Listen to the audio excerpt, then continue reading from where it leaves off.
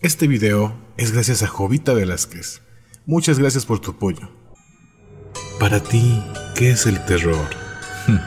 Sé que eres un amante de este tan oscuro género. Y sobra decir que disfrutas de cada uno de los matices, sabores y texturas de este mi mundo.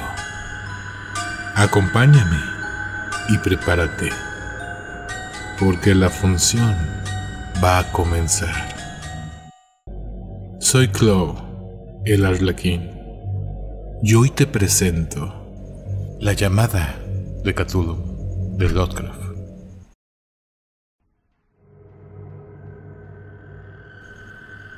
Encontrado entre los papeles del difunto Francis Wayland Thurston de Boston, ¿resulta concebible pensar en la supervivencia de tales poderes y criaturas? Una supervivencia de una época inmensamente remota en la que la conciencia estaba manifestada, quizá en formas de figuras que desaparecieron hace mucho tiempo ante el avance de la humanidad, formas de las que solo la poesía y la leyenda captaron un fugaz recuerdo, llamándolos dioses, monstruos y criaturas míticas de todo tipo y especie. Capítulo 1. El horror en arcilla. A mi parecer, no hay nada más misericordioso en el mundo que la incapacidad del cerebro humano de correlacionar todos sus contenidos. Vivimos en una plácida isla de ignorancia en medio de mares negros e infinitos, pero no fue concebido que debiéramos llegar muy lejos. Hasta el momento las ciencias, cada una orientada en su propia dirección, nos han causado poco daño. Pero algún día, la reconstrucción del conocimiento disperso nos dará a conocer tan terribles panorámicas de la realidad y lo terrorífico del lugar que ocupamos en ella, que solo podremos enloquecer como consecuencia de tal revelación. Huir de la atmósfera de luz hacia la paz y seguridad de una nueva era de tinieblas. Los teósofos han adivinado la imponente grandeza del ciclo cósmico en la que nuestro mundo y la raza humana no son sino un incidente transitorio. Los filósofos han hecho insinuaciones acerca de las extrañas supervivencias en términos que podrán helar la sangre si no se enmascara tras una suave ola de optimismo. Pero no procede de ellos la visión de épocas prohibidas que me hace sentir escalofríos cada vez que pienso en ella y me vuelve loco en mis sueños. Esta pequeña visión, como todas las pavorosas visiones de la realidad, fue el producto de una reconstrucción accidental a partir de varias cosas diferentes. En este caso, un antiguo artículo de periódico y las notas de un profesor fallecido. Espero que nadie más sea capaz de repetir esta reconstrucción. De hecho, si yo viviera lo suficiente, jamás aportaría conscientemente un solo eslabón más a tan terrible cadena. Creo que el profesor también tenía intención de silenciar aquella parte de lo que tuvo conocimiento, así como de haber destruido sus notas si no le hubiera sobrevenido una repentina muerte.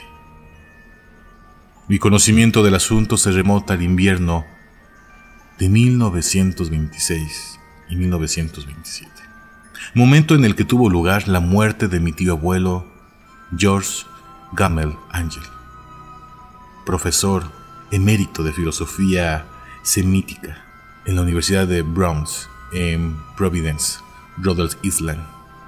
El profesor Angel era una autoridad reconocida en inscripciones de la antigüedad, y con frecuencia habían recurrido a él los directores de museos importantes. A esto se le debe que su fallecimiento a la edad de 92 años sea recordado por muchos. En el ámbito local, el interés se asentó por las oscuras circunstancias de su muerte. El profesor sufrió una extraña dolencia mientras volvía del barco de Newport. Tal y como dijeron los testigos, se derrumbó de repente tras haber recibido el empellón de un negro con aspecto de marinero que había salido de uno de los raros y oscuros callejones de la escarpada pendiente que constituía un atajo entre los muelles y la casa del difunto en Williams Street. Los médicos fueron incapaces de encontrar ningún trastorno visible, pero terminaron por apuntar, tras una discusión, que la causa de la muerte debía de ser una lesión desconocida del corazón, causada por el rápido ascenso de un hombre ya mayor por una colina tan pronunciada. En aquel momento no vi razón alguna para disentir ese dictamen, pero más tarde me vi inclinado a cuestionarlo, e incluso más que cuestionarlo. Como heredero y albacea de mi tío abuelo, que había muerto viudo y sin hijos, debía examinar sus papeles con cierta minuciosidad. A tal fin, llevé todos sus artículos y cajas a mi alojamiento en Boston. La mayoría del material que correlacioné será publicado más tarde por la Sociedad Americana de Arqueólogos, pero había una caja que me resultó sumamente misteriosa y que me sentí reacio a enseñar a otros ojos que los míos. Estaba cerrada y no encontré la llave hasta que se me ocurrió buscar en el llavero del profesor, que llevaba siempre en su bolsillo. Entonces pude abrirla, pero parece que fuese solamente para toparme con una barrera más fuerte e infranqueable. ¿Cuál podía ser el significado de aquel extraño bajorrelieve de arcilla y de los incontextos apuntes, notas y recorretes que encontré? ¿Había comenzado mi tío a creer en semejantes supercherías en sus últimos años? Decidí emprender la búsqueda del excéntrico escultor responsable de aquel claro trastorno de la paz mental de un anciano.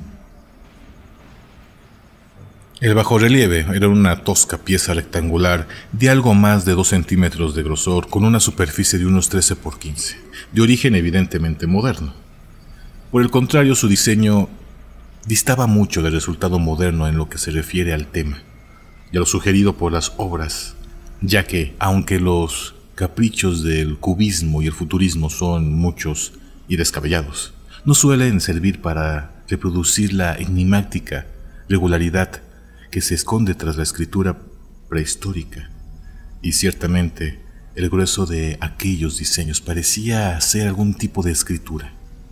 Sin embargo, y a pesar de estar muy familiarizado con los papeles y colecciones de mi tío, la memoria me fallaba al intentar identificar a qué tipo pertenecía, o incluso al intentar recordar alguna pista de la más remota infinidad de aquella con que se escribió.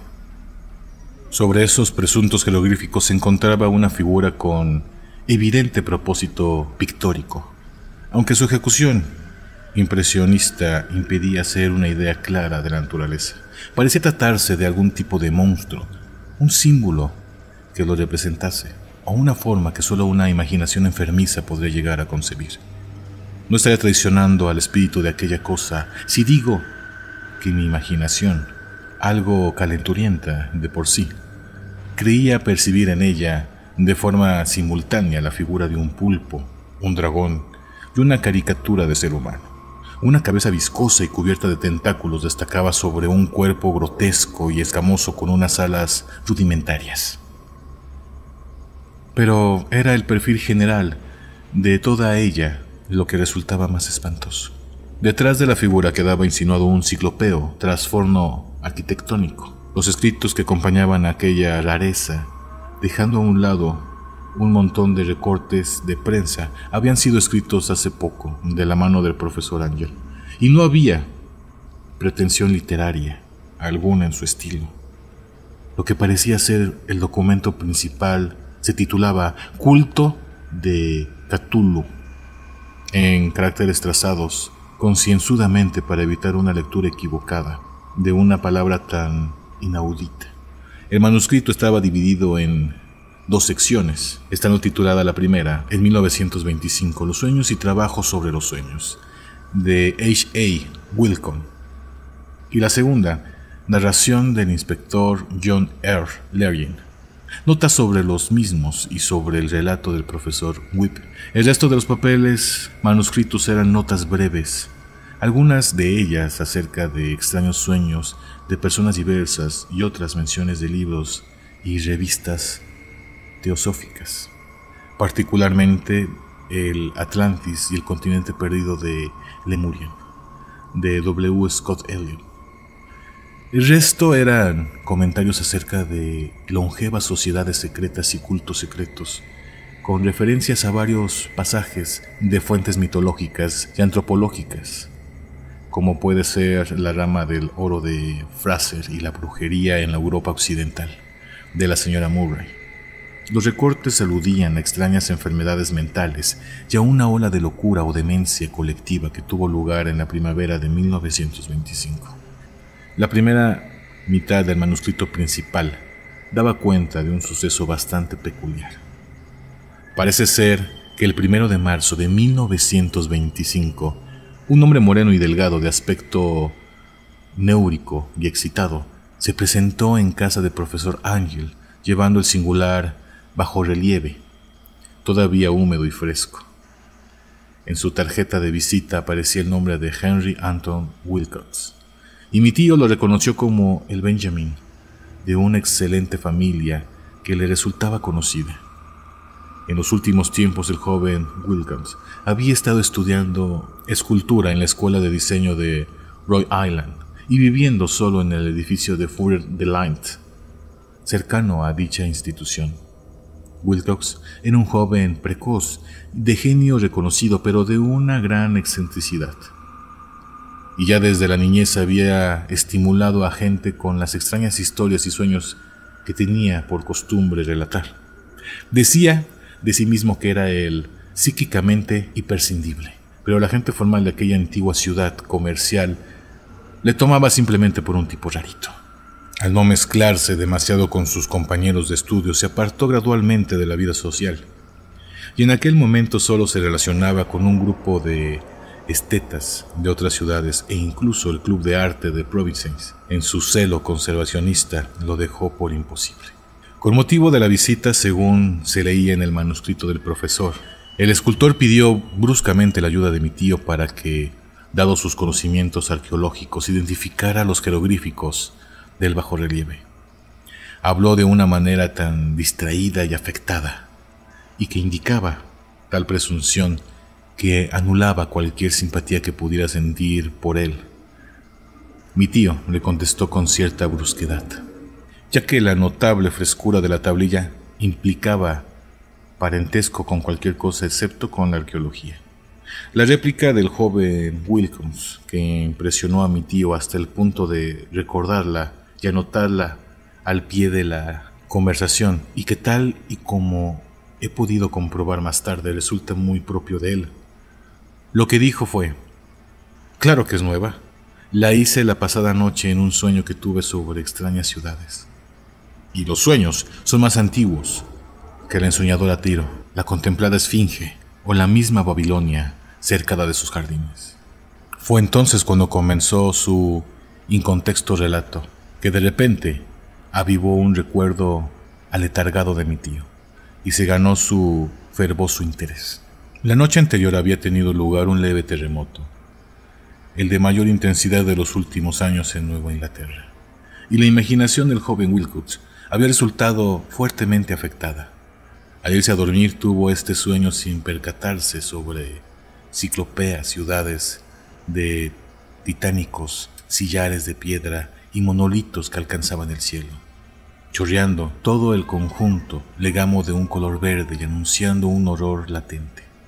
Los muros y pilares estaban cubiertos de jeroglíficos y desde algún punto bajo el suelo le llegó una voz que no era tal, una sensación caótica que tan solo la imaginación podría transliterar en sonido, cosa que intentó hacer por medio de un revoltijo casi impronunciable de letras. Cthulhu Factat. Este galimatías fue la clave para que el profesor recordara algo que le preocupaba y confundía. Preguntó al escultor con minuciosidad científica: y estudió con intensidad casi frenética el bajorrelieve en el que el joven se encontraba trabajando cuando, helándose de frío y vestido solo con su pijama, despertó de repente y se sorprendió al ver lo que hacía. Mi tío culpaba a su edad, como dijo Wilkins posteriormente, de su lentitud en reconocer los jeroglíficos y el diseño pictórico. Muchas de sus preguntas le parecieron fuera de lugar al visitante, especialmente cuando el profesor intentó encontrar conexión entre Wilcox y extrañas sectas y sociedades.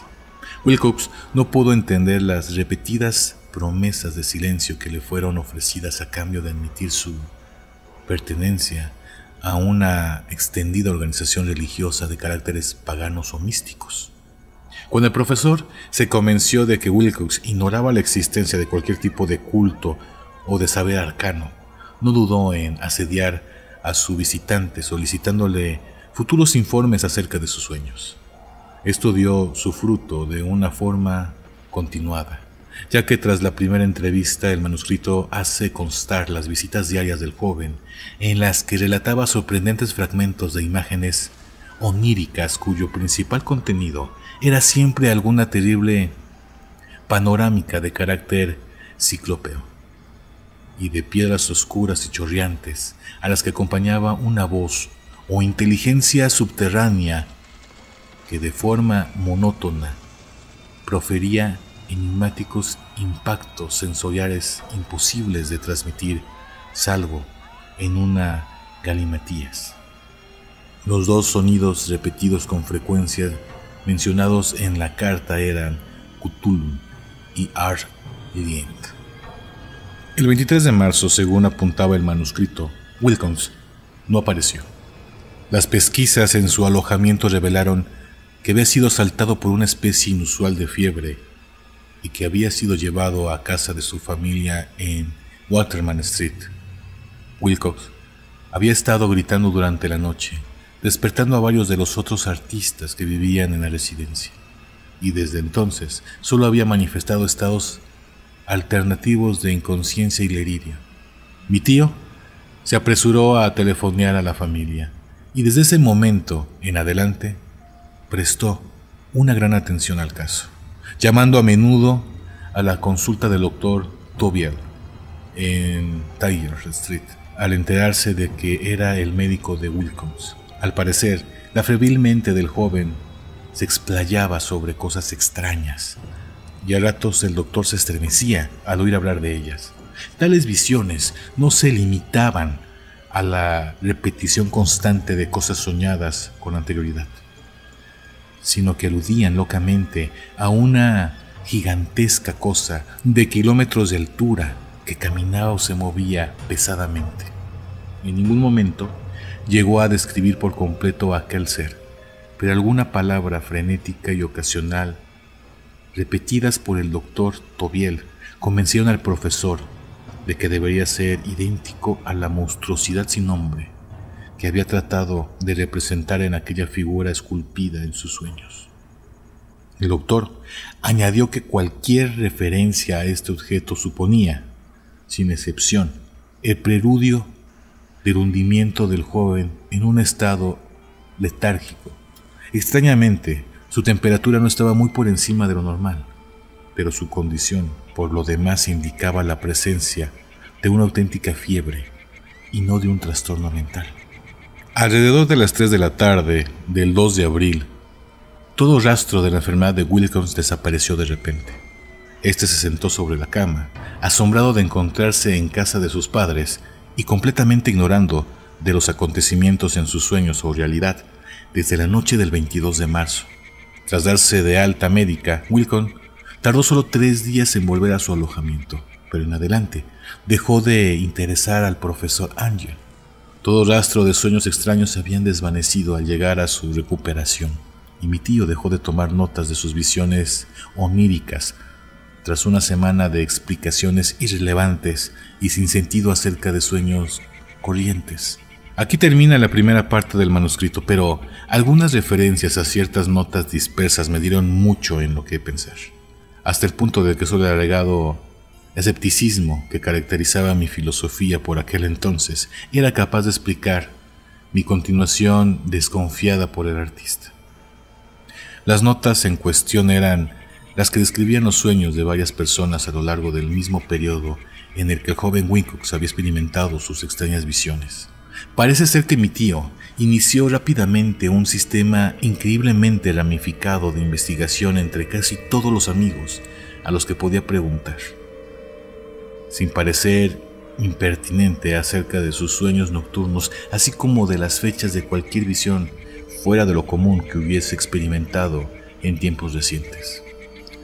Según parece, la acogida de la solicitud resultó muy variada, pero al menos debió recibir más respuestas de las que una sola persona podía ser capaz de atender sin ayuda de un secretario. La correspondencia original no ha sido conservada, pero sus notas al respecto forman un minucioso y significativo resumen. La gente normal, de la vida social y de los negocios, la sal de la vida, de la sociedad de Nueva Inglaterra, dio un resultado negativo casi en su mayoría, aunque hubo uno que otro caso aislado de intranquilas e indefinidas visiones nocturnas, siempre entre el 23 y el 2 de abril, periodo que coincidía con los delirios del joven Wilcox. Aquellos dedicados a la ciencia no resultaron mucho más afectados, aunque 4 casos de vagas descripciones podrían seguir la existencia de visiones fugaces de extraños paisajes, y uno de ellos hacía incluso mención de un miedo ante algo anormal que podía sobrevenir.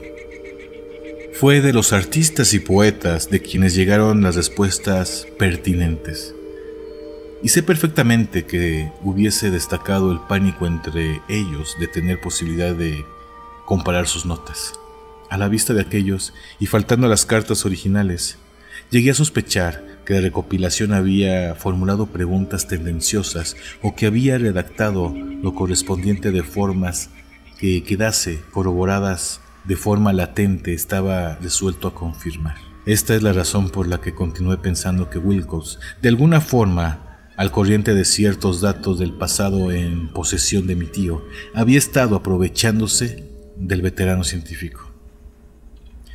Las respuestas de aquellos estetas daban forma de una inquietante historia. Desde el 28 de febrero al 2 de abril, una gran proporción de ellos había soñado con cosas muy extrañas, siendo la intensidad de estos sueños incoherentes mayor durante el periodo correspondiente al delirio del escultor, más que la 1/4 parte de los que informaron acerca de algo.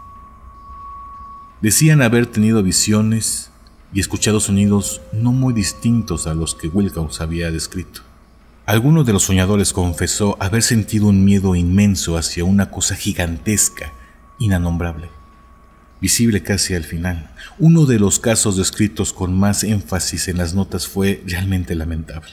El sujeto, un arquitecto de renombre, con ciertas inclinaciones hacia la teosofía y el ocultismo, enloqueció violentamente el día del ataque de Wilcox y falleció unos meses más tarde tras gritar de manera incesante que le salvaran de un ser hundido en el mismo infierno. Si mi tío hubiera hecho referencia a estos casos por el nombre de los apellidos y no mediante un número, yo mismo hubiera hecho el intento de corroborar todo mediante una investigación, pero tal como estaba, solo tuve éxito en seguir la pista a unos cuantos.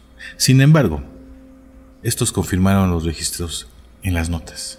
Con frecuencia me he preguntado si todos los sujetos encuestados por mi tío se sentían tan confundidos como estos pocos.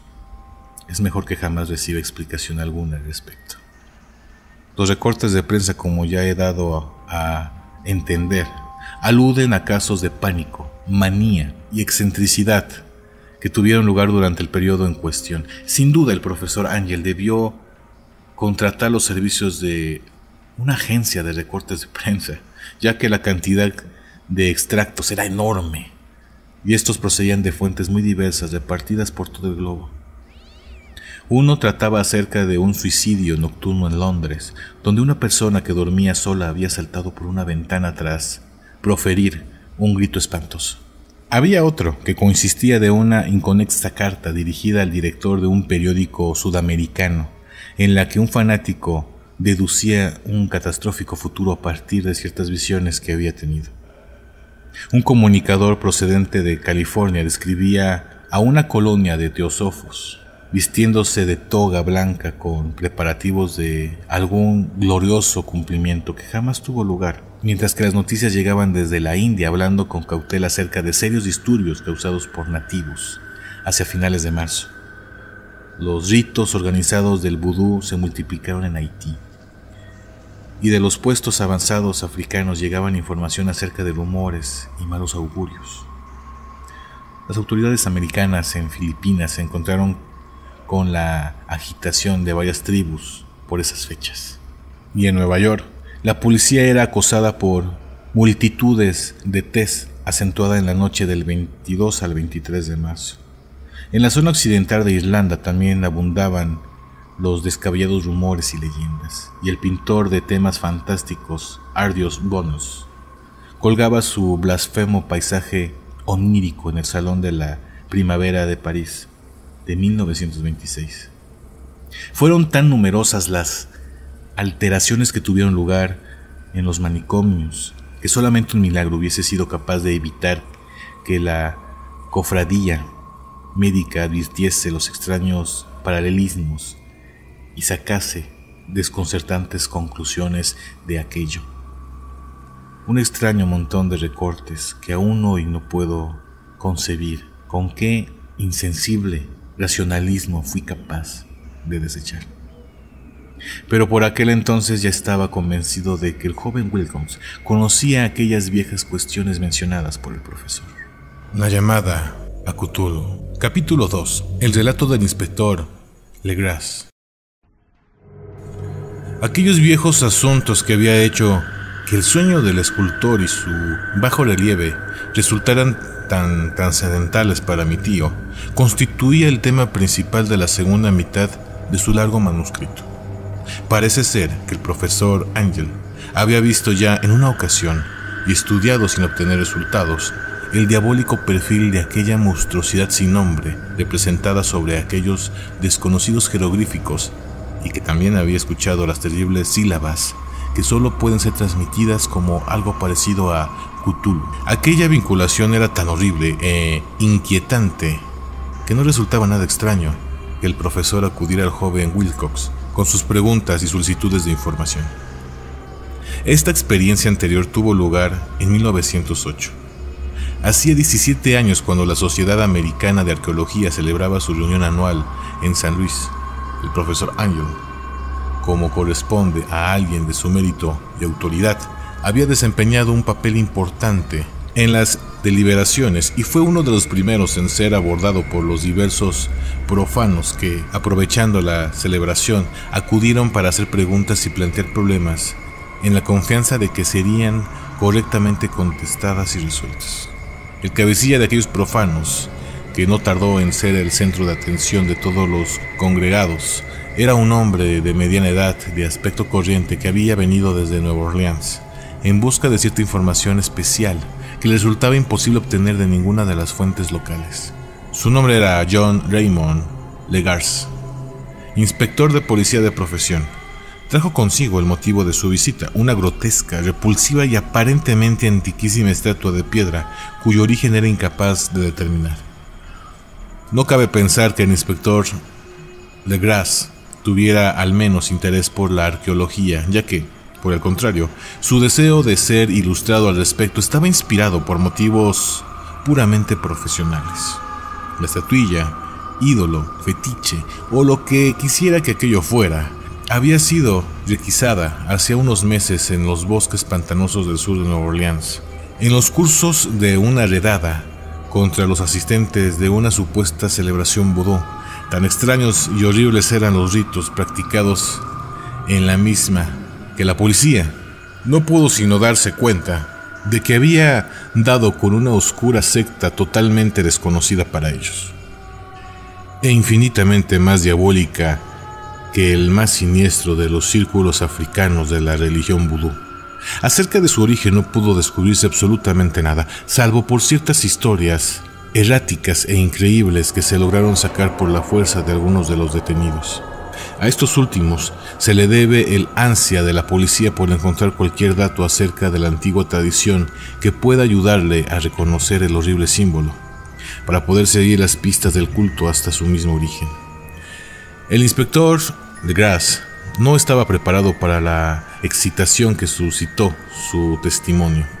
Un simple vistazo a la estatuilla fue suficiente para hacer que los hombres de ciencia allí congregados se sumieran en un estado de tensa excitación y no perdieran un solo momento en amontonarse alrededor del policía para así poder contemplar la diminuta figura. De tan extraña apariencia y tan remota antigüedad que daba lugar a inopinadas y arcaicas perspectivas aún no develadas. Ninguna escuela de arte conocida había alentado a la creación de este terrible objeto, pero cientos e incluso miles de años parecían estar marcados sobre su oscura y verdosa superficie de piedra, cuya identificación resultaba imposible. La figura, que al fin fue pasada lentamente de mano en mano para que pudieran llevarse a cabo un estudio más cercano y detallado de la misma, tenía entre 18 y 20 centímetros de altura y estaba esculpida con gran habilidad artesanal. Representaba un monstruo de perfil vagamente humano, pero con una cabeza a modo de pulpo cuya cara era una masa de tentáculos, un cuerpo cubierto de escamas y de aspecto gomoso, unas prodigiosas garras tanto en las extremidades anteriores como las posteriores, y unas largas y estrechas alas en la espalda. Aquella cosa de la que parecía desprenderse una terrible y antinatural malevolencia tenía una corpulencia algo abotargada y estaba sentada en cuclillas, con cierto aire maligno, sobre un pedestal cubierto de caracteres indescifrables. La punta de las alas tocaban el lado posterior del pedestal y su trasero ocupaba el centro, mientras que las largas y curvas garras de las dobladas patas inferiores hacían la parte frontal y se extendían a lo largo de todo el tercio superior del pedestal. La cabeza de cefalópodo se encontraba inclinada hacia adelante, de modo que los extremos de sus tentáculos faciales rozaban la parte posterior de las garras delanteras, que a su vez estaban abrazadas a las rodillas elevadas de la agachada criatura. El aspecto del conjunto resultaba anormalmente vívido e incluso sutilmente terrible, ya que su origen era del todo desconocido. Su enorme, pasmosa e incalculable antigüedad resultaba indiscutible. A pesar de ello, no daba muestra de una sola relación con cualquier forma artística conocida de carácter primitivo. De hecho, tampoco guardaba relación con ninguna otra época, totalmente al margen. El propio material con el que estaba construido resultaba un misterio, ya que aquella piedra verdinegra, de aspecto maleable, con motas y venas doradas o iridiscentes, no se asemejaba a nada conocido por la geología o la minería. Los caracteres que cubrían la base eran igualmente desconcertantes y ninguno de los presentes pudo formarse la menor idea de su origen, a pesar de encontrarse allí la mitad de los expertos mundiales de la materia. Estas inscripciones, así como la estatuilla y su material, formaban parte de algo horriblemente remoto y ajeno a la humanidad tal y como la conocemos, algo que terriblemente sugiere la existencia de antiguos e idolátricos ciclos de vida en los que nuestro mundo y concepción no tiene cabida alguna.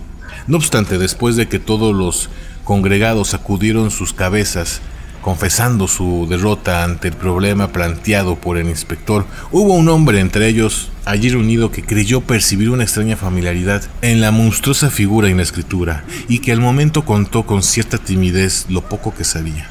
Esta persona era el difunto William Channing Webb, profesor de antropología de la Universidad de Princeton y un explorador de reconocido prestigio. El profesor Webb había participado 48 años atrás en una expedición a Groenlandia e Islandia en busca de ciertas inscripciones rúnicas que no llegó finalmente a encontrar. Mientras remontaba las costas occidentales de Groenlandia, se encontró con una extraña tribu oculta de esquimales, degenerados cuya religión, una curiosa forma de adoración al diablo, le hizo sentir escalofríos dado lo deliberantemente sangriento y repulsivo de sus ritos. Era una fe de la que otros esquimales sabían muy poco y de la que solo se hablaba en medio de un gran pánico, diciendo que provenía de épocas horriblemente antiguas y anteriores a la creación de nuestro mundo, además de ritos indescriptibles y sacrificios humanos.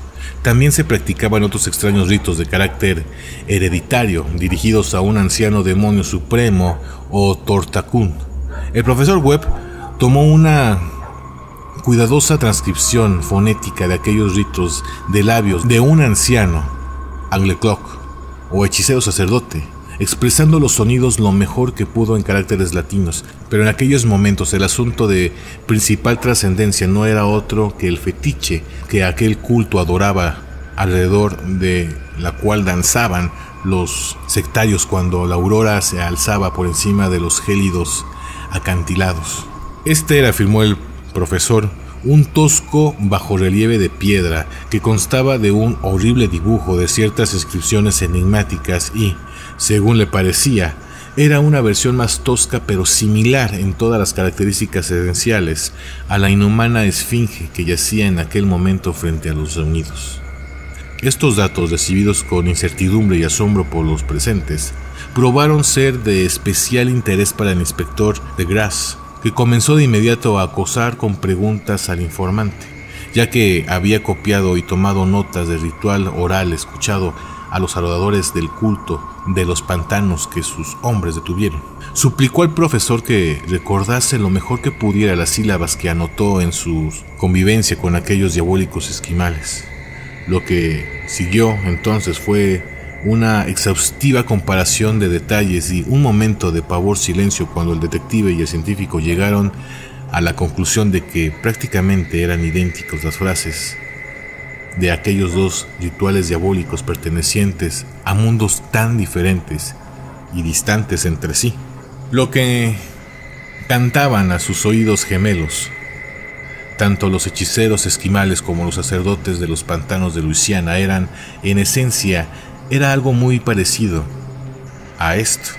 Las divisiones entre las palabras se han puesto en base a los cortes que tradicionalmente se hacían en las frases que cantaban en voz alta. Pulukwig nak kulun, rekulak nak fatak.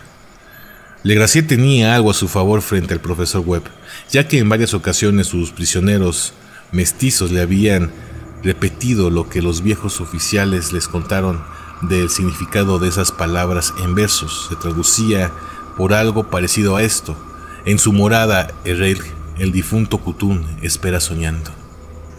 En ese momento, en respuesta a una exigencia urgente y generalizada, el inspector Legras relató de la forma más completa posible su experiencia con los adoradores de los pantanos, un relato que mi tío, tal y como pude ver, consideró de una profunda trascendencia.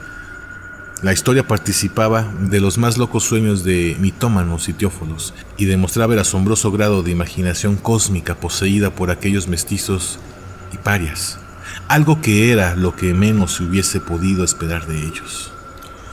El día 1 de noviembre de 1907, la policía de Nueva Orleans fue llamada a acudir con urgencia a la región pantanosa y la cumbre del sur de la ciudad. Los ocupantes ilegales de la zona, en su mayoría primitivos pero amables descendientes de los hombres de Lafayette, eran presa de un terror absoluto debido a algo desconocido que se les había acercado en silencio durante la noche. Al parecer se trataba del vudú, pero un vudú de un tipo más terrible del que jamás habían llegado a conocer. Y algunas mujeres y niños habían desaparecido desde que el maléfico Tantán comenzó su incesante golpeteo a lo lejos. En el interior de los negros y embrujados bosques por los que ninguno de los colonos se atrevía a aventurarse, había gritos demenciales y angustiosos chillidos, cantos que helaban la sangre y danzantes llamas endemoniadas, y según añadió el aterrador mensajero, la gente no podía soportar por más tiempo. De este modo, un destacamento de 20 policías repartidos entre 2 carruajes y un automóvil emprendieron la marcha en las últimas horas de la tarde con el tembloroso colono haciendo las veces de guía. Se apearon al final del camino transitable y durante kilómetros chapotearon en silencio a través del terrible bosque de ciprés al que la luz del día nunca llegaba. Feas raíces y maléficas lianas de musgo de Florida les acosaron, y de vez en cuando los montones de piedras enmohecidas o los restos de paredes putrefactas intensificaban con su sola insinuación de unos pobladores tan morosos, una sensación depresiva que cada árbol malformaba, y a rato se divisó el asentamiento de aquellos colonos, no más que un miserable montón de cabañas y sus histéricos moradores corriendo a apiñarse alrededor del grupo de policías que portaban faroles que se les balanceaban. El apagado rino del tantán resultó ahora levemente audible, muy a lo lejos, y algún alarido aterrador llegaba a ratos cuando el viento cambiaba de dirección. Un brillo rojizo parecía también filtrarse a través de las pálidas malezas, más allá de las interminables avenidas de bosques nocturnos. A pesar de tener aún miedo a quedarse solo de nuevo, los aterradores colonos se negaron en redondo a avanzar un solo palmo más en dirección a aquella escena de impía adoración, de modo que el inspector Legras y sus 19 colegas se internaron sin guía alguno entre negras arquerias de horror por las que ninguno de ellos había pasado con anterioridad. El área en la que ahora se adentraba la policía había tenido siempre mala fama. Era prácticamente desconocida por el hombre blanco y en absoluto transitada por este.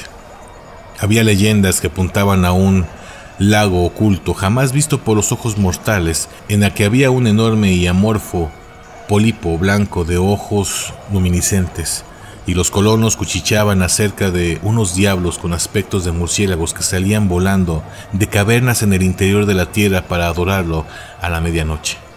Los colonos afirmaban que aquellos habían estado allí desde antes de Divey, desde antes de la Salle, desde antes de los indios e incluso antes de las saludables bestias y aves que poblaron nuestros bosques. Aquel ser era una pesadilla en sí mismo, y su sola visión suponía la muerte, pero también hacía soñar a los hombres, y por esa razón, estos sabían lo suficiente como para mantenerse lejos de él. La orgía vudú estaba teniendo lugar en los márgenes de tan temida zona, pero eso era ya lo suficientemente malo de por sí. Es posible, por lo tanto, que el lugar de la celebración hubiese aterrorizado más a los colonos que los escalofriantes sonidos. Solamente la poesía o la locura puede hacer justicia a los ruidos escuchados por los hombres de Legras. A medida que se abrían paso por el negro pantano hacia el rojizo resplandor y el apagado sonido de los tambores, existían rasgos vocales propios del ser humano y rasgos vocales propios de las bestias. Pero resulta harto horrible escuchar los unos cuando la fuente de la que procede deberían producir los otros.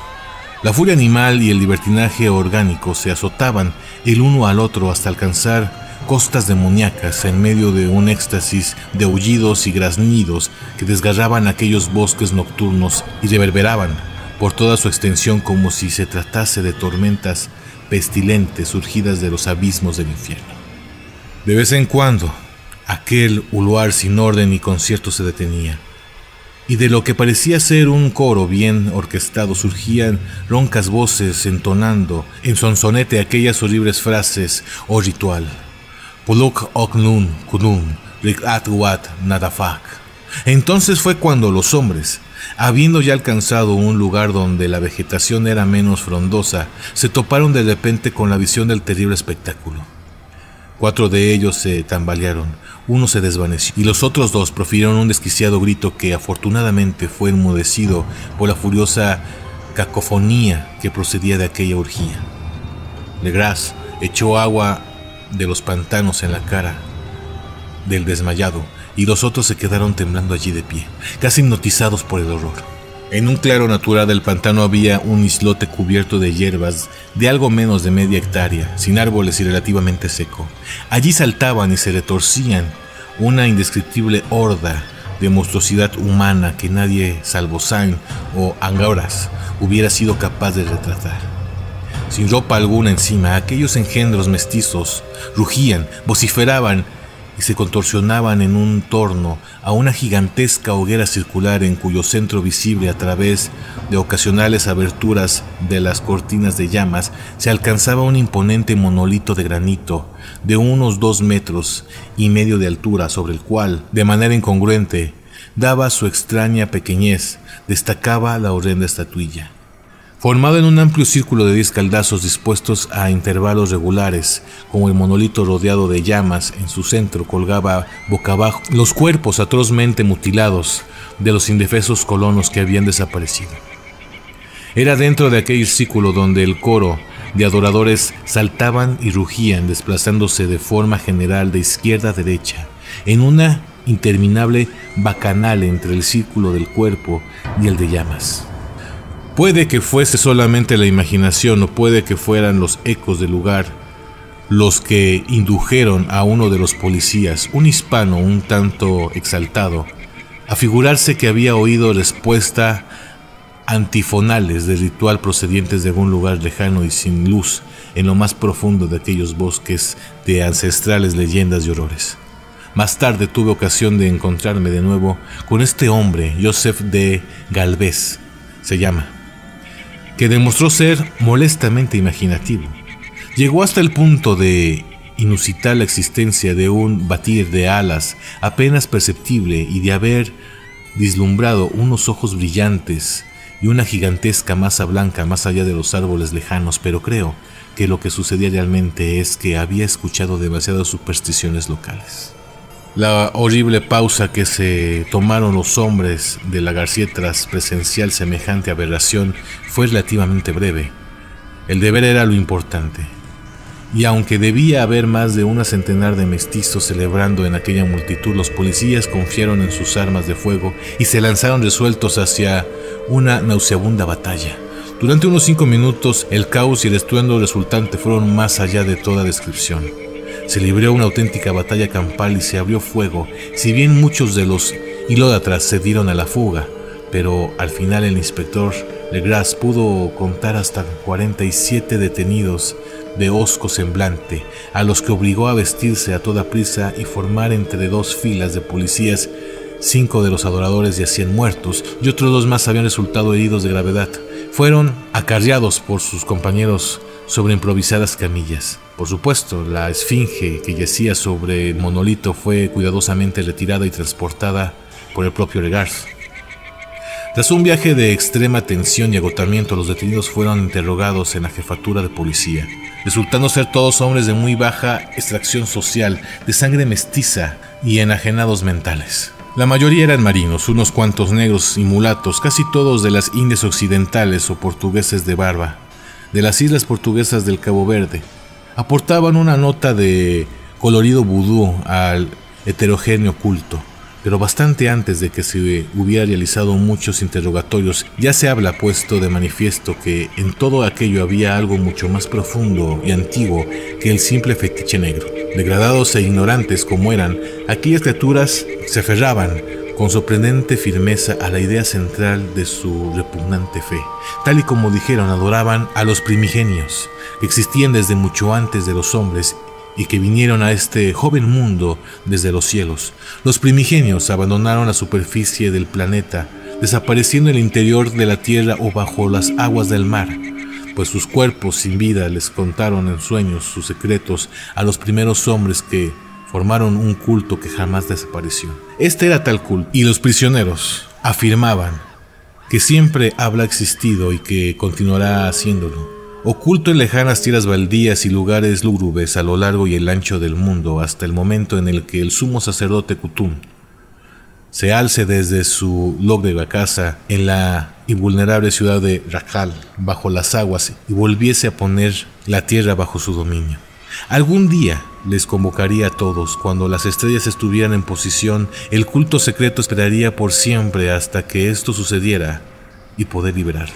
Entre tanto, nada más debía decirse. Había algunos secretos que incluso la tortura sería incapaz de extraer.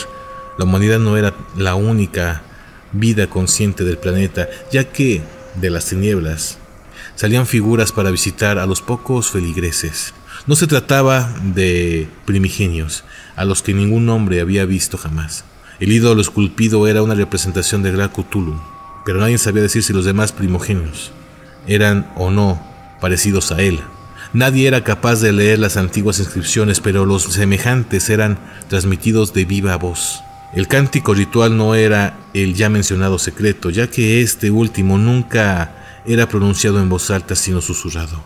El cántico solo significaba esto: en tu morada de Relec, el difunto Cthulhu espera soñando. Solo se consideró a 2 de los detenidos lo bastante cuerdos como para ser colgados, y el resto fue internado en diversas instituciones. Todos negaron haber participado en los asesinatos rituales, afirmando que la muerte había sido producida por los seres de alas negras que se habían dirigido hacia ellos desde su inmemorial templo en el interior del bosque embrujado.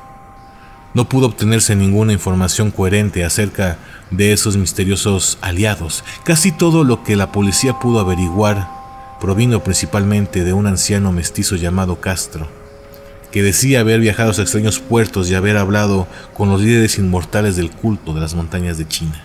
El viejo Castro recordaba relatos de una horrible leyenda que hacía palidecer las especulaciones de los teósofos, y que el hombre y el mundo parecieran algo de recién aparición y de existencia transitoria. Ha habido épocas remotas en las que otros seres que vivían en sus grandes ciudades gobernaban la tierra. Castro dijo que, según le habían contado a aquellos chinos inmortales, aún podían encontrarse vestigios de aquellas en ciclópeas piedras de las islas del Pacífico. Ellos murieron muchas eras antes de la aparición del hombre, pero existen ciertas artes que pueden hacerlos revivir cuando las estrellas estén de nuevo en la posición dentro del ciclo de la eternidad. Efectivamente, ellos habían venido de las estrellas y habían traído consigo sus imágenes. Estos prigenios, continuó Castro, no están compuestos de todo de carne o sangre. Tenían forma, cosa que quedaba demostrada en aquella esfinge esculpida en la estrella, pero esa forma no estaba hecha de material.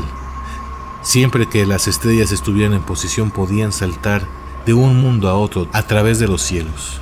Mas cuando las estrellas no eran propicias, ellos no podían vivir. Pero aunque no pudieran vivir, tampoco morían realmente. Todos yacen en moradas de piedra en la gran ciudad de Relec, protegidos por los hechizos del omnipotente Cthulhu, en espera del día de la gloriosa resurrección, en la que las estrellas y la tierra les sean de nuevo favorables. Llegando ese momento, alguna fuerza del exterior debe liberar sus cuerpos. Los hechizos empleados para preservarlos les impiden intentar todo movimiento inicial, por lo que no podían hacer otra cosa que yacer despiertos en la oscuridad y pensar mientras transcurrían millones y millones de años. Ellos estaban al tanto de todo lo que acontecía en el universo, pues su forma de comunicación era la transmisión del pensamiento. Incluso hoy hablan en sus tumbas, cuando después de infinitas épocas de caos llegaron los primeros hombres. Los primigenios hablaron a los más sensitivos de entre ellos, moldeando sus sueños, ya que solamente así podía su lengua alcanzar las mentes carnales de los mamíferos. Entonces, susurró Castro, aquellos primeros hombres formaron el culto en torno a un pequeño ídolo que les mostraba a los grandes ancianos, ídolo traído de la época distinta desde estrellas sin luz. Este culto no desaparecerá nunca hasta que las estrellas vuelvan a estar en posición y los sacerdotes ocultos consigan sacar a Gran Cthulhu de su tumba para que resucite a sus súbditos y reanude su dominio sobre la tierra.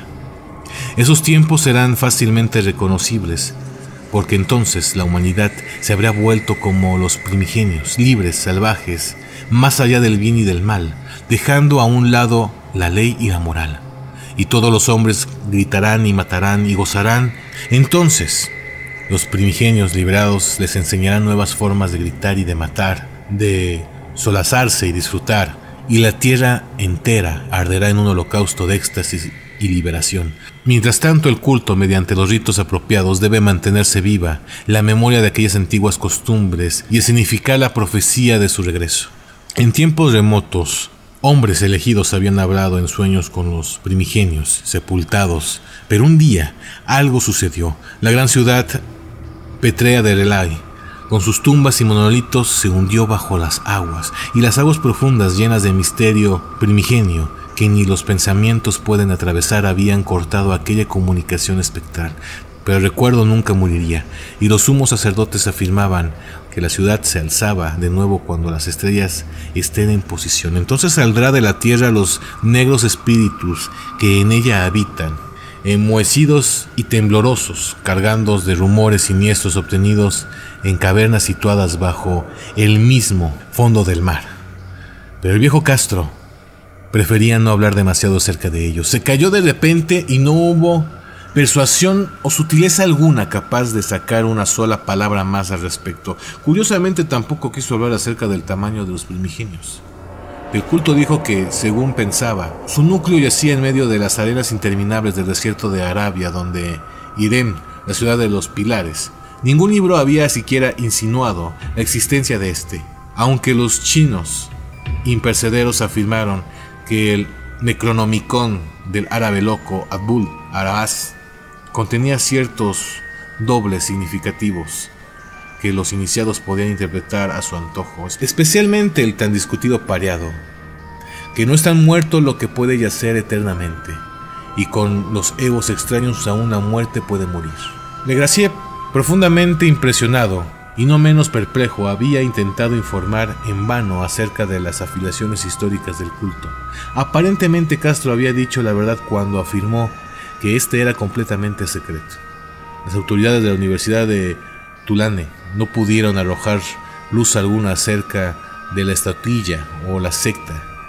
En aquel preciso momento el inspector había llegado hasta la máxima autoridad del país para encontrarse únicamente con el relato de Groenlandia que había contado el profesor Webb. El interés febril que el relato de la García despertó durante la reunión, corroborado por la propia estatuilla, quedó reflejado en el correspondiente subyacente de los asistentes, aunque los comentarios que aparecieron en las publicaciones oficiales de la sociedad fueron más bien escasos. La preocupación es la principal inquietud en aquellos acostumbrados a enfrentarse en ocasiones con charlatanes e impostores. Legras presentó la estatuilla durante algún tiempo al profesor Webb, pero le fue devuelta al fallecer este último y permaneció hoy en su poder. Tal y como he podido comprobar hace no mucho, es un objeto auténticamente terrible e inequívocamente parecido a la que el joven Wilcox esculpió en sueños. No me extraña que mi tío se entusiasmase con el relato del escultor, pues qué idea no le llegaría a la cabeza tras lo que Legarcier había aprendido del culto si escuchase a un joven sensible decir no solo que había soñado con la estatuilla y los jeroglíficos exactos de la imagen hallada en los pantanos y la tablilla de Groenlandia, sino en sueños le había llegado al menos 3 de las precisas palabras que componían la fórmula pronunciada tanto por los diabólicos esquimales como por los mestizos de Luisiana. El inicio inmediato por parte del profesor Angel de una investigación con la mayor minuciosidad, eminentemente natural, aunque yo personalmente sospechaba que el joven Wilcox había oído del culto de alguna forma y que había inventado una serie de sueños para enfatizar aquel misterio y prolongar a expensas de mi tío. No cabía duda de que la descripción del sueño y los recortes recopilados por el profesor venían a corroborar los hechos, pero la racionalidad de mi mente y la extravagancia de todo este tema me llevaron a adoptar lo que a mi juicio eran las conclusiones más sensatas. De este modo, tras estudiar detenidamente una vez más el manuscrito y correlacionar las notas teófilas y antropológicas acerca del culto con el relato de Legarcier, viajé hasta la residencia del escultor de Providence para echar la reprimenda que me parecía apropiada por haber embaucado de manera tan atrevida a un hombre educado y de edad. Wilcox aún vivía en la soledad del edificio Felux Lice de Thomas Strip, una horrible imitación victoriana de la arquitectura bretona del siglo XVII, que ostentaba una fachada de estuco entre preciosas casas coloniales que ocupaba la antigua colonia. Lo encontré trabajando en su estudio y hubo de admitir que es un genio del escultor. Era profundo y auténtico. Nada más ver las obras que allí había repartido. Creo que, con el tiempo, será recordado como uno de los grandes artistas de lo decadente, porque había ya cristalizado una arcilla y algunos días reflejaba en el mármol pesadillas y fantasías que solo Arthur March evocaba en su prosa, Clark Armstrong Smith plasmada en su verso y pintura. Moreno, delicado y de un descuidado aspecto, se volvió lánguidamente al llamar yo la puerta y me preguntó qué quería sin siquiera levantarse. Manifestó cierto interés cuando le dije quién era, pues mi tío había despertado su curiosidad al investigar sus sueños, pero nunca le había explicado la razón del estudio. No amplié sus conocimientos acerca del asunto, pero busqué con cierta sutileza la forma de poder sacarle algo. En poco tiempo pude convencerme de su sinceridad, pues hablaba acerca de los sueños de una forma de que nadie podía engañar. Estos sueños y los residuos que esto había dejado en su subconsciente habían tenido una profunda influencia en su arte, cosa que conformó al mostrarme una morbosa estatua cuyo contorno casi me hizo estremecer con la potencia de su siniestro poder evocatorio. Wilcox no pudo recordar haber visto el origen de esa figura, salvo en su propio bajorrelieve, pero el perfil lo había moldeado inconscientemente sus propias manos.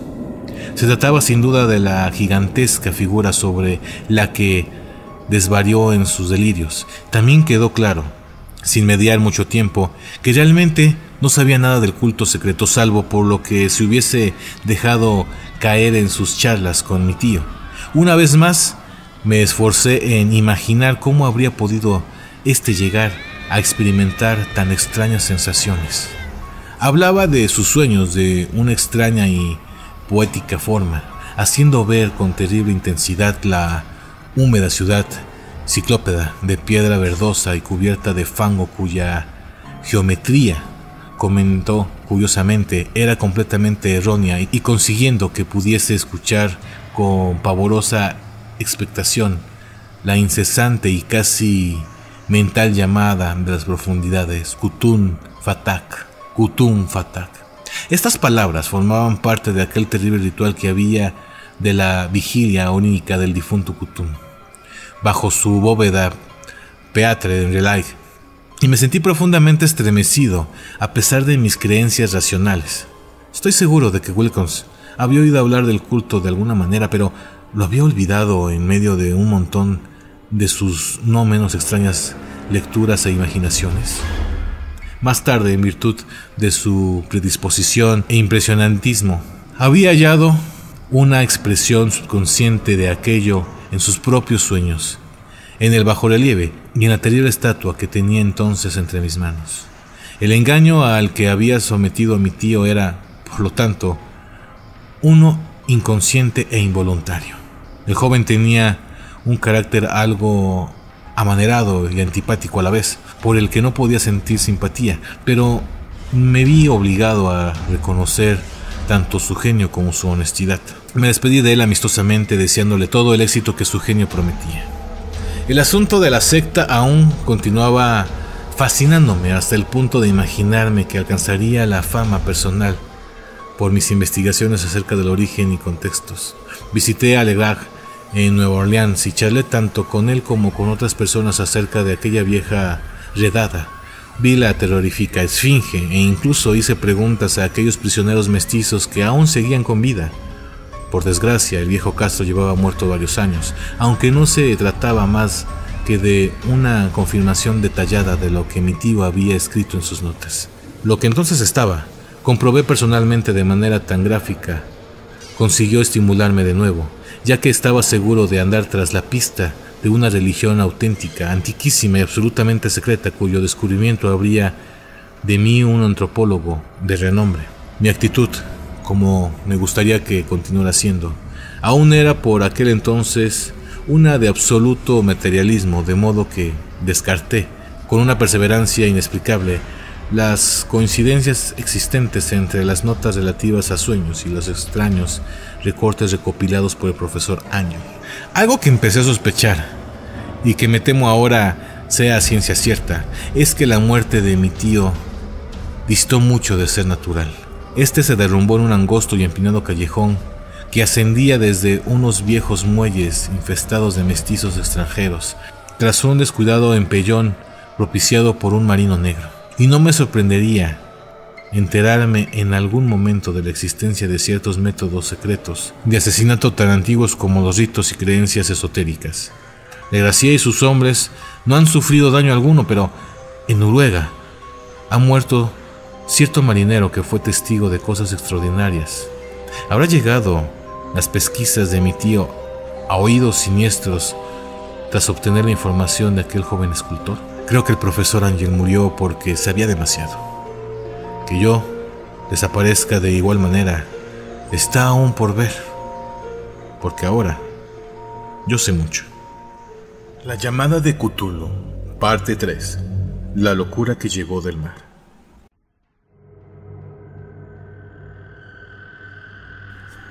Si los cielos quisieran concederme alguna vez un favor, pediría que borrase para siempre las consecuencias que derivaron de aquella ocasión en que, de forma casual, fijé la mirada en un trozo suelto de papel que había sido usado para cubrir un estante. Era difícil que hubiera tropezado en mi rutina cotidiana con algo así, ya que no era sino un viejo ejemplar de un periódico australiano, el Sydney Bulletin, del 18 de abril de 1925. Había escapado incluso a la atención de la agencia de recortes de prensa, que justo en la fecha de publicación de este andaba recopilando ávidamente material para la investigación de mi tío.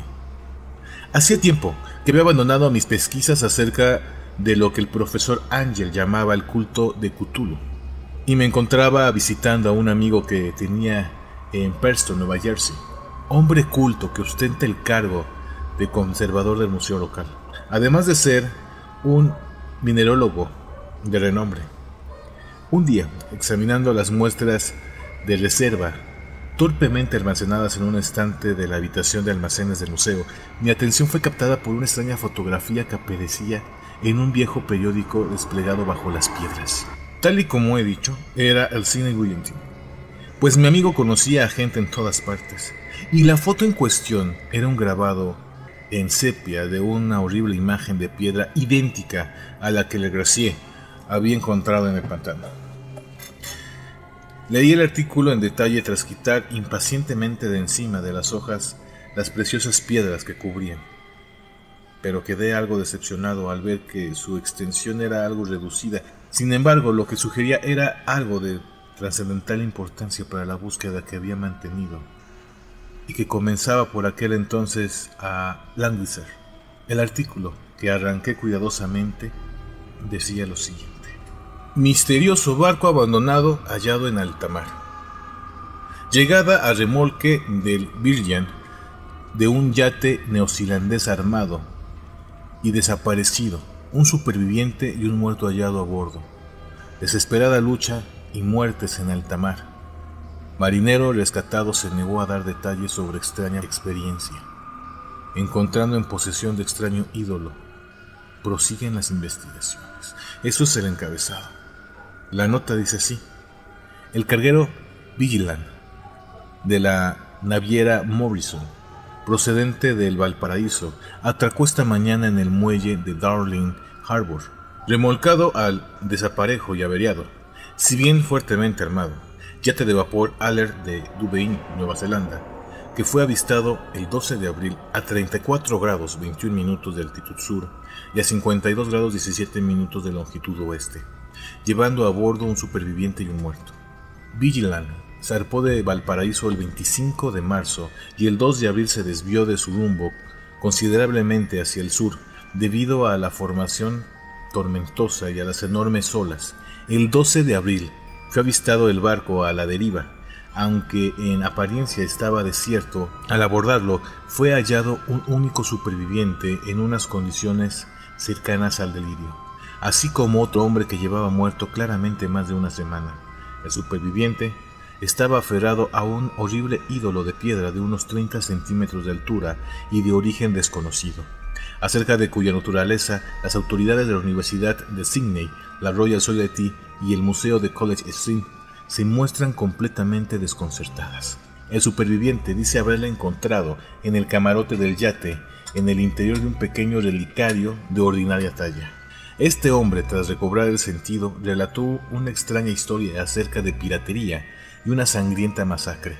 Se trata de Gustav Johans, noruego, de cierta educación, segundo de a bordo de la goleta Emma de Auckland, que zarpó del Callao el 20 de febrero con 11 hombres. El Emma, según cuentan, se vio retrasado y desviado de su rumbo hacia el sur por culpa de la gran tempestad del 1 de marzo y el 22 del mismo avistó al Alert a 49 grados 51 minutos de latitud sur y a 128 grados 34 minutos longitud oeste, llevado por una extraña tripulación de feroz aspecto, formada por canacos y mestizos.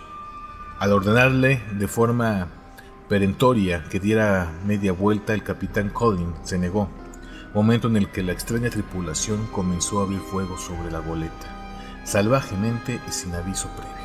Con una batería pesada dotada de cañones de bronce que formaban parte de su armamento, según el superviviente, los hombres del Emma plantaron batalla y, aunque la goleta comenzaba a hundirse debido a los disparos recibidos por debajo de la línea de flotación, fueron capaces de acercarla a la nave enemiga para así abordarla y luchar con la salvaje tripulación sobre su misma cubierta. Al final, se vieron forzados a matar a toda la tripulación enemiga, algo superior en número, por su detestable y desesperada, si bien torpe, manera de luchar. 3 de los hombres del Emma resultaron muertos, incluyendo el capitán Collins y el primero de a bordo Green. Los 8 restantes, con el segundo de a bordo Johans al mando, se pusieron al frente del yate capturado, retomando su rumbo original para averiguar cuál era la razón de haber ordenado dar media vuelta. Al día siguiente, según parece, alcanzaron una pequeña isla en la que desembarcaron, aunque no se sabe de la existencia de ninguna en aquella parte del océano. 6 de los tripulantes murieron en ella, aunque Johansen da muestra de retencia al llegar a esta parte de la historia y se limita a decir que cayeron por un precipicio rocoso. Más tarde, según parece, él y el último de sus compañeros llegaron al yate y trataron de tripularlo, pero se vieron azotados por la tormenta del 2 de abril. El hombre recuerda poco de lo sucedido entre ese día y el 12 de abril, en el que tuvo lugar su rescate, y no recuerda cuándo murió Williams Bright, su compañero. La muerte de este hombre no parece debida a ninguna causa visible, siendo la excitación y la exposición a los elementos la razón más probable. Noticias llegadas por cable desde Dunedin informan de que el Artel es un mercante de cabotaje bien conocido allí, que además goza de una mala reputación en los muelles. Era propiedad de un curioso grupo de mestizos cuyos frecuentes encuentros y salidas nocturnas en dirección a los bosques atraían bastante la atención. Este se había hecho a la mar apresuradamente justo tras la tormenta y los temblores de tierra que tuvieron lugar el 1 de marzo. Nuestro corresponsal en Auckland señala que tanto el Emma como su tripulación gozaban de una excelente reputación y describe a Johansen como un hombre moderado y respetable. El almirantazgo va a realizar una investigación del asunto que dará comienzo mañana mismo. En ella se tomarán todas las medidas necesarias para persuadir a Johansen de que hable con mayor claridad de lo que lo ha hecho hasta ahora. Esto, junto con la foto de la infame estatua, era todo. Pero, ¿qué torrente de ideas comenzó a fluir en mi cabeza?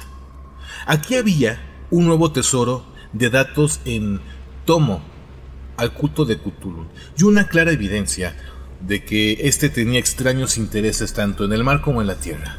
¿Qué motivo incitó a la tripulación mestiza a ordenar dar media vuelta al Emma mientras navegaban en posesión de ese horrible ídolo? ¿Cuál era aquella desconocida isla sobre la que murieron 6 de las tripulaciones del Emma y sobre la que el segundo Johans se muestra tan reservado? ¿Qué fue lo que sacó a la luz la investigación ordenada por el almirantazgo y qué es lo que se sabía en Dunedin acerca del maléfico culto? Y lo más sorprendente de todo, ¿cuál era la relación tan profunda como natural de aquellas fechas que hacían que tomaran un malévolo e innegable significado de los diversos cambios en el curso de los acontecimientos que tan minuciosamente había anotado mi tío?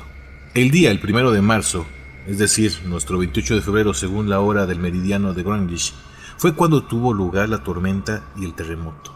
El Artel y su maloliente tripulación salieron disparados de Dunedin, como llevados por una apremiante llamada, mientras que el otro lado del mundo, poetas y artistas comenzaron a soñar acerca de una extraña y resumante ciudad a la que un joven escultor modelaba en sueños la forma del propio Cthulhu. El 23 de marzo, el desembarco de la tripulación del Emma en una isla desconocida arrojó una cifra de 6 muertos. Y en esa misma fecha, los sueños de aquellos hombres especialmente sensibles adquirieron una gran viveza y quedaron oscurecidos por la persecución de que eran objetos por parte de un monstruo maléfico. Mientras tanto, un arquitecto enloquecido y un escultor se veían inmersos de repente en delirios. ¿Y qué hay de la tormenta del 2 de abril, fecha en la que cesaron todos los sueños acerca de la malsana ciudad y que Wilkins salió ileso del suplicio de aquellas extrañas fiebres? ¿Qué deducir de todo ello? ¿Y de qué todas las insinuaciones del viejo Castro acerca de los prigenios sumergidos bajo las aguas y nacidos en las estrellas y de su reino que se avecina? El fiel culto de estos y sus dominios en los sueños estaban tambaleando al borde de horrores cósmicos más allá de la capacidad de asimilación del hombre. Si esto es así, tales horrores no deben ser sino de la mente, ya que de alguna forma el 2 de abril puso fin a cualquier monstruosa amenaza que hubiese empezado a cernirse sobre el alma de la humanidad. Aquella tarde, tras un día de apresurados telegramas y preparativos, me despedí de mi anfitrión y cogí un tren a San Francisco. En menos de un mes me encontraba en Dunedin, donde comprobé que a pesar de que los miembros de aquel extraño culto solían pasar el rato en las viejas tabernas del puerto, poco más se sabía acerca de ellos. Los chismes que escuché en los muelles no merecen mención especial, aunque corría cierto rumor acerca de un viaje que estos mestizos habían realizado al interior, durante el cual se pudo apreciar en las lejanas colinas un apagado tamboriteo y un resplandor rojizo. En Auckland averigüé que tras un superficial interrogatorio en Sydney, que no dio resultado alguno, Johans había regresado con su rubia cabellera de color blanco ahora, y que después había vendido su casita en Wall Street y marchado en barco con su mujer a su antigua residencia en Oslo. De aquella pavorosa experiencia no contó a sus amigos nada más que a los oficiales del almirantazgo, y todo lo que estos pudieron hacer fue darme su dirección en Oslo. Después de aquello me fui a Sydney, donde hablé sin obtener nada nuevo con marinos y magistrados del vicealmirantazgo. Pude ver al Arlet, que había sido vendido para uso comercial en Circular Quay, en Sydney Cove, pero tampoco logré sacar nada a su respectiva tripulación. La figura acurrucada con la cabeza de cefalópodo, alas escamosas y el pedestal cubierto de jeroglíficos se conservaba en el Museo de Hyde Park. Durante un tiempo la estuvieron estudiando, encontrando en ella la misma exquisita y siniestra hechura, el mismo misterio y antigüedad, y el mismo material desconocido propio de la versión un tanto más reducida de Le Gracieux. Según me dijo el conservador del museo, los geólogos habían encontrado en ella un monstruoso enigma, ya que llegaron a jurar que en el mundo no había roca como esa. Fue entonces cuando pensé, con un escalofrío, en lo que el viejo Castro le había dicho a Le Gracieux acerca de los primigenios. Ellos vinieron de las estrellas y trajeron sus imágenes consigo. Estremecido por una confusión mental como nunca antes había conocido, decidí visitar al segundo Johansen en Oslo. Embarqué con destino a Londres, donde cogí otro barco en dirección a la capital noruega. Y en un día de otoño desembarqué en los muelles bien cuidados que habían a la sombra del Iglesia. La casa de Johansen, como pude descubrir, estaba en la vieja ciudad del rey Arlon, que conservó el nombre de Oslo en los siglos que la ciudad estuvo disfrazada como cristiana. Hice el breve recorrido en taxi, con todo el corazón palpitante. Llamé a la puerta de un pulcro y antiguo edificio con fachada de estuco. Una mujer de gesto triste y vestida de negro fue quien respondió a mi llamada, quedándome consternado y estupefacto cuando ésta me dijo, en un inglés entrecortado, que Gustav Johans había fallecido. No vivió mucho más de su regreso, dijo su viuda. ya que los extraños sucesos de 1925 en alta mar le habían debilitado. No le había dicho a ella más de lo que había contado públicamente, pero había dejado un largo manuscrito sobre asuntos técnicos, según dijo él, en inglés, sin duda para protegerla de peligros que podría suponer un examen casual del mismo. Mientras paseaba por un angosto callejón cerca de los muelles de Gothenburg, un fardo de papeles caído desde la ventana de un desván le había derribado. 2 marineros del Alcázar le ayudaron a ponerse en pie, pero este murió antes de que la ambulancia pudiera llegar al lugar. Los médicos no encontraron una causa para la muerte, dictando que se debía a algún problema del corazón y a su débil condición. En aquel momento comencé a sentir un terror royéndome las entrañas, que ya nunca me abandonará hasta el día en el que yo muera también, ya sea accidentalmente o de cualquier otra forma. Tras convencer a la viuda de mi conexión con los asuntos técnicos de su marido, era suficiente para darme derecho a tomar posesión del manuscrito. Me llevé el documento y comencé a leerlo en el barco de regreso a Londres. Se trataba de algo sencillo e inconexo, un esfuerzo por parte de un sencillo marinero de escribir un diario a posterioridad de los hechos, en el que quedaba reflejado un afán por recordar lo sucedido día a día en el terrible último viaje. No puedo intentar decir palabra por palabra con todos sus tributos y redundantes pasajes, pero contaré lo suficiente como para que se entienda por qué el ruido de las olas rompiendo contra el casco del barco se me hizo tan insufrible que tuve que taponearme los oídos con algodón. Johansen, gracias a Dios, no sabía todo a pesar de haber visto la ciudad y aquel ser, pero yo nunca volveré a dormir tranquilo cuando piense en los horrores que acechan incesantemente en la vida, en el tiempo y en el espacio, y en aquellas blasfemias impias procedentes de antiguas estrellas que sueñan bajo las olas y que son objeto de adoración de un culto de pesadilla, dispuesto y decidido a soltar por la tierra cuando quisiera que otro terremoto haga emerger su monstruosa ciudad pétrea de nuevo hacia el aire y la luz de la superficie. El viaje de Johannes había dado comienzo tal y como éste había contado al vicealmirantazgo. Aquella tormenta provocada por el terremoto que debió atraer desde el fondo del mar a aquellos horrores que forman parte de las pesadillas de los hombres, de nuevo bajo control. La embarcación progresaba a un buen ritmo cuando fue detenida por el Alert el 22 de marzo, y pude sentir claramente el remordimiento con el que Johannes escribía acerca del bombardeo y el hundimiento de Lema.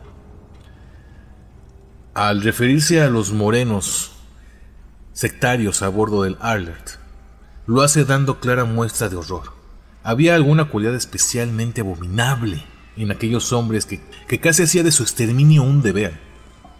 Dado aquí muestra Johannes de una ingenua extrañeza ante la acusación de crueldad lanzada contra la tripulación de Lema durante el proceso que dirigió el tribunal al cargo de la investigación. Llevado por la curiosidad, siguieron el rumbo que llevaban, ahora en el yate capturado y bajo el mando de Johannes, hasta que al poco avistaron un gran pilar de piedra que sobresalía del mar y que el punto situado a 47 grados 9 minutos de altitud sur y a 126 grados 43 minutos de longitud oeste llegaron a un litoral de lodo, fango y ciclopea mampostería que no podía ser otra cosa que la sustancia tangible del terror supremo de la tierra. Johannes no sospechaba nada de esto, pero bien sabe Dios que ya vio suficiente. Supongo que lo que realmente llegó a emerger de las aguas no era más que una cima, una horrible ciudadela coronada por el molino bajo el que el gran Cthulhu estaba enterrado. Cada vez que pienso en cuanto debes estar estándose allá abajo, casi me entran ganas de poner fin a mi existencia de inmediato. Johannes y sus hombres sintieron un gran respeto por la majestuosidad de aquella resonante Babilonia de antiguos demonios, y debieron haberse figurado por sí mismos que nada de eso pertenecía a este o cualquier otro planeta saludable. El asombro ante el increíble tamaño de los verdosos bloques de piedra, la vertiginosa altura del gran monolito esculpido y la desconcertante identidad de las colosales estatuas y bajorrelieves con las extrañas imágenes encontradas en el relicario a bordo del Arlet, quedaba claramente pasmado en cada línea de la aterrada descripción de Johannes. Sin tener idea de lo que era el futurismo, Johannes consiguió alcanzar algo muy parecido a este con su forma de hablar de la ciudad, ya que en lugar de describir una estructura o edificio definido, se explayaba solo en dar impresiones generales acerca de los enormes ángulos y las superficies de piedra, superficies demasiado enormes para pertenecer a nada normal o propio de esta tierra, impías por su horrible imagen y jeroglíficos. Menciono el comentario acerca de los ángulos porque me recuerda algo que Wilkins me había contado con respecto a sus terribles sueños. Wilkins dijo que la geometría de aquel lugar onírico que vio era anormal, no euclidiana, y asquerosamente impregnada de sensaciones de otras esferas y dimensiones distintas de la nuestra. Ahora era un sencillo marino el que tenía la misma sensación al contemplar la terrible realidad. Johannes y sus hombres desembarcaron en la empinada orilla cubierta de lodo de aquella monstruosa acrópolis y trepando por titánicos bloques rezumbantes que no parecían en absoluto escaleras humana alguna. El mismo sol del cielo parecía desvirtuado cuando era contemplado a través del efusivo polarizado que brotaba de aquella perversión empapada de agua de mar, y una retorcida amenaza o incertidumbre acechaba lascivamente en aquellos ángulos disparatadamente equívocos de roca labrada, en los que una segunda mirada mostraba una superficie cóncava allá donde antes había visto una conversa. Algo semejante al miedo ya se había apoderado de los exploradores antes de que pudieran ver nada distinto de la roca. Cada uno de ellos hubiera huido de no haber temido el desprecio de los otros, y sin entusiasmo siguieron buscando inútilmente cómo pudo comprobarse algún recuerdo que poder llevar del lugar. Fue Rodrigo el portugués el primero en alcanzar la base del monolito, diciendo a gritos lo que allí había encontrado. Los demás le siguieron y miraron con curiosidad a la inmensa puerta esculpida, con el ya familiar bajorrelieve, a la vez con forma de cefalópodo y de dragón. Esta era, según palabras de Johannes, como una enorme puerta de granero, y todos estuvieron de acuerdo en el que se trataba de una puerta por la presencia alrededor de esta de un diente hornado, un umbral y unas jambas, aunque no podían decir si yacía planta como si se tratara de una trampilla, plana como si se tratase de una trampilla, o estaba inclinada como la puerta de un sótano. Como Wilkins hubiera dicho, toda la geometría del lugar era incorrecta.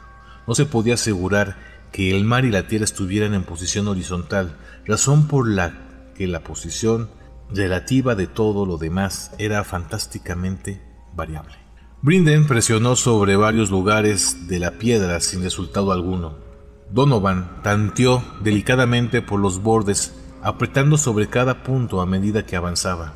Este trepó interminablemente sobre aquella grotesca moldura de piedra, aunque aquello solo se le podría llamar escalada si después de todo la superficie no estaba en posición horizontal.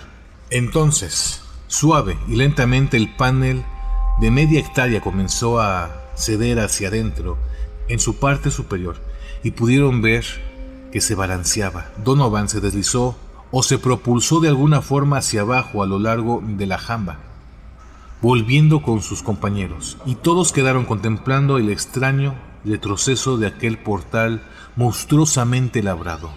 En aquella fantasía de distorsión prísmica, la puerta se deslizaba anormalmente en sentido diagonal, de modo que todas las leyes de la materia y la perceptiva parecían trastornadas. La abertura que quedó estaba negra de una oscuridad casi palpable. Sin embargo, aquella oscuridad tenía una claridad positiva, ya que ocultaba parte de la muralla interior, que de lo contrario se había puesto al descubierto, Como si de humo se tratase, esta oscuridad surgió de su confinamiento de infinitos siglos, eclipsando visiblemente el sol a medida que escapaba agitando sus membramosas alas hacia un encogido y contrahecho cielo. El olor que emergía de las recién abiertas profundidades resultaba insoportable. Al poco rato, Hawkins, que tenía un oído muy fino, dijo que creía haber oído un asqueroso chapoteo allá abajo. Y aún seguían haciéndolo cuando aquello apareció de sumamente en medio del estrépito, y a tientas coló su gelatinosa inmensidad verde a través de la negra puerta en pos del infecto aire de aquella fétida ciudad de locura. La letra del pobre Johannes estuvo a punto de faltar cuando escribía esto. Creo que de los 6 hombres que jamás alcanzaron el barco, 2 habían muerto de puro terror en ese maldito instante. Aquel ser no podía ser descrito. No hay palabras para expresar semejante abismo de inmemoral y delirante locura. Tan abominable contradicción de la materia, la fuerza y el orden cósmico. Una montaña caminaba y se tambaleaba. Dios del cielo, qué prodigioso que a través de la tierra enloqueciera un gran arquitecto y delire de fiebre el pobre Wilcox en ese preciso instante telepático. El ser representado en los ídolos, aquel engendro verde y mucilaginoso, llegado de las estrellas, había despertado para reclamar lo que era suyo. Las estrellas estaban de nuevo en posición, y lo que un culto milenario había fracasado en conseguir por medio de preparativos, lo había logrado un grupo de despavoridos marinos por mero accidente. Tras millones de años, el gran Cthulhu se alzaba de nuevo, ávido de placeres. 3 de los hombres fueron apresados por las malicentas garras de la criatura antes de que nadie pudiera siquiera dar la vuelta. Que Dios les conceda el descanso, si es que el descanso existe en el universo. Estos fueron Donovan, Guerrera y Armstrong. Los otros 3 marinos se alzaron a una frenética carrera hacia el bote sobre interminables panorámicas de piedra encontradas de musgosidad verde, en la que Parker resbaló y, según jura Johannes, fue tragado por uno de los ángulos de la mampostería que no debían estar ahí. Un ángulo que era agudo, pero que se comportaba como si fuera obtuso. Así solo, Brilliant y Johannes consiguieron alcanzar el bote y remar desesperadamente hacia el Arlet, mientras la descomunal monstruosidad se deslizaba sobre las rocas fangosas y vacilaba entre tropiezos al llegar al borde de las aguas.